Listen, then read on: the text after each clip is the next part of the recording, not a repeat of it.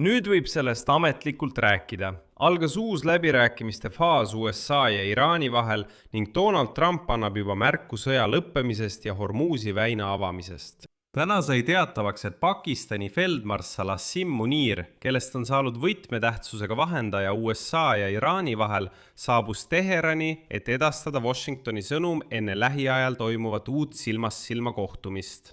Donald Trump teatas omalt poolt, et sõda on juba lõppenud ning jäänud on vaid kõik kokkulepped uues Iraaniga sõlmitavas lepingus ametlikult vormistada, mis peaks valmima lähiajal. Samal ajal teatasid Ameerika ametnikud avalikult, et pooled on juba lähedal sõja lõpetamise raamkokkuleppele. Kuid ükskõik kuidas see ka ei kõlaks. Ja Iisraeli luurejuht David Barnea teatas, et Iisrael on hoopis suurendanud jõupingutusi Iraani režiimi kukutamiseks. Hoolimata USA ja Teherani paralleelsetest jõupingutustest rahuleppele jõuda. Minu nimi on Aleksei Vitsi, arutame seda teemat koos, kuid enne kui alustame seda saadet, palun tellige see kanal, pange saatele like ja kirjutage ükskõik milline kommentaar. See on väga oluline selle saate levitamiseks YouTube'is. Ja tellige minu Telegrami kanal Pitchi News, link sellel on selle video kirjenduses. Niisiis teade, mis šokeeris paljusid. Ameerika Ühendriikide president Donald Trump teatas sõjalise operatsiooni lõpetamisest Iraani režiimi vastu. Sellest teatas Fox Newsi ajakirjanik Maria Bartiroma, kes võttis Trumpilt eelmisel päeval Valges Majas intervjuu. Tema sõnul märkis USA president vastates küsimusele, kas sõda Iraanis on lõppenud, et see on tõepoolest juba läbi saanud. Siin tsiteerin Bartiromat. Ma just rääkisin presidendiga. Ta rääkis palju majandusest, sõjast Iraaniga, NATO-st. Ühe tema lause toon eraldi välja. Ma ütlesin talle, te räägite kogu aeg sellest sõjast nii, nagu see oleks juba minevikus. Kas see on juba läbi saanud? Ta vastas, see on läbi saanud. Kuigi hiljem selgus, et see oli ajakirjaniku hea trikk, et juhtida tähelepanu sellele intervjuule, mis ilmus täielikult muidugi hiljem. Ja intervjuus ise Donald Trump siiski ei öelnud, et operatsioon Iraanis on juba lõppenud. Aga ütles ta järgmist, tsitaat. Ma arvan, et sõda on juba lõppemas. Minu arvates väga lähedal lõpule. Kui ma lihtsalt praegu kõik lõpetaksin, kuluks neil selle riigi taastamiseks 20 aastat. Ja me pole veel lõpetanud. Vaatame, mis saab. Sellegi poolest liiguvad kahe riigi vahelised läbirääkimised uude faasi ja just praegu edastavad Pakistani ametnikud osapooltele soove ja tingimusi. Mõlema poole jaoks kokkuleppe allkirjastamiseks. Siin on pakistanlased, tuletan meelde, vahendajad. Pakistani feldmarssal Asim Munir, muide nii Donald Trumpi kui ka Iraani islamirevolutsiooni kaardiväe lemmik, kes on saanud võtmetähtsusega vahendajaks USA ja Iraani vahel, saabus täna kõrgetasemelise delegatsiooni eesotsas Teherani. Siin tasub ka selgitada selle visiidi olulisust. Asi on selles, et Iraani režiim on nii hirmul, et ei kasuta sõnumi rakendusi, mistõttu Muniri delegatsioon toimetas Washingtonis saadetud sõnumi isiklikult Teherani. Delegatsioon kohtus Iraani välisministri Abbas Rakchiga ja arutas teise läbirääkimiste vooruga seotud küsimusi, mis peaks toimuma juba lähiajal. See kohtumine toimub laiemate diplomaatiliste pingutuste taustal, mille eesmärk on korraldada teine läbirääkimiste voor USA ja Iraani vahel. Pärast seda, kui nädalavahetusel toimunud kõrgetasemelised kohtumised kahe riigi vahel ei viinud ühegi kokkuleppeni. Ja eile vihjas Donald Trump võimalusele, et midagi võib juhtuda järgmise 2 päeva jooksul Islamabadis, kus eelmisel nädalal toimusid läbirääkimised. Siinkohal märgin, et nii ta soovitas ajalehe New York Post ajakirjanikul, mida ta pidevalt loeb, siiski jääda Islamabadi. Ta ütles, ärge lahkuge sealt, ärge lennake tagasi USA-sse, sest järgmise 2 päeva jooksul juhtub seal midagi. Lisaks kinnitas Iraani välisministeeriumi esindaja täna samuti, et Iraan jätkab sõnumite vahetamist USA-ga Pakistani kaudu. Selle taustal teatab väljaanne Axios, et Ameerika ja Iraani läbirääkijad on läbirääkimistes edusamme teinud, jõudes sõja lõpetamise raamkokkuleppele lähemale.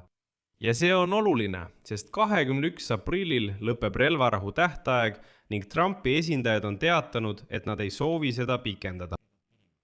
Lisaks ütles üks Ameerika ametnik Axiosile, et president Trumpi läbirääkimismeeskonda kuuluvad asepresident J.D. Vance, Valge Maja erisaadik Stephen Witkoff ja vanemnõunik Jared Kushner. Teisipäeval ja kolmapäeval jätkasid nad iraanlastega suhtlemist ja ettepanekute mustandite vahetamist Pakistani vahendajate kaudu.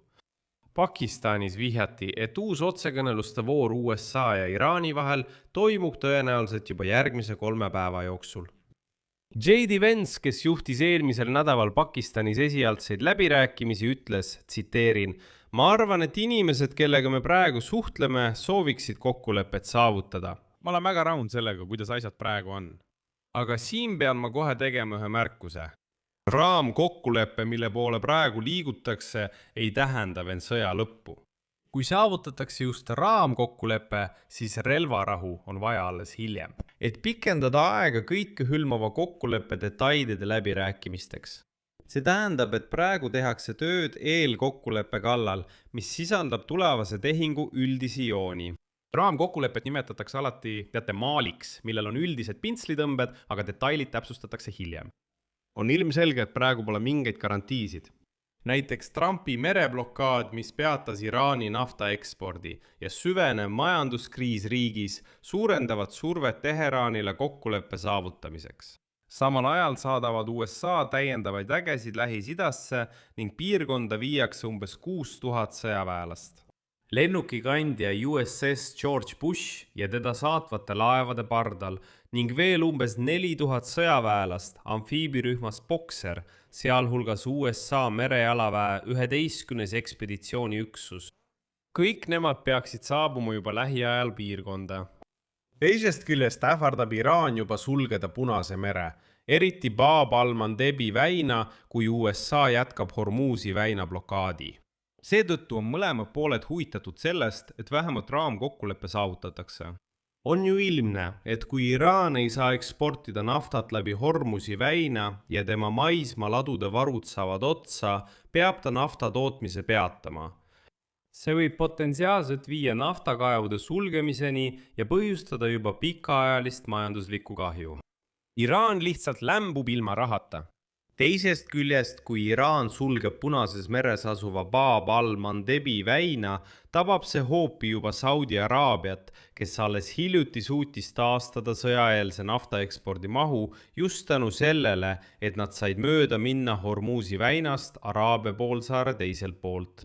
Aga siis üllatas kõiki Iisraeli luurejuht David Borne, kes ütles otse välja, et Mossad jätkab ja teeb veelgi rohkem jõupingutusi Iraani režiimi kukutamiseks. Hoolimata USA ja Teherani paralleelsetest jõupingutustest rahulepingu sõlmimiseks, ta teatas, et Iisrael ei kavatse sellega piirduda ja ootab täielikku võimuvahetust Iraanis. Edasi tema tsitaat. Meie missioon ei ole veel lõppenud. Meie kohustus saab täidetud alles siis, kui see äärmuslik režiim on asendatud. See režiim, mis püüab meid hävitada, peab maailmast kaduma. Siia panen 3 punkti, aga sõbrad, tahan teile soovitada üht YouTube'i saadet, mida ma soovitaksin vaadata Donald Trumpile, Ameerika Ühendriikide presidendile. Ja selle nimi on Ära teeskle enam, et oled normaalne.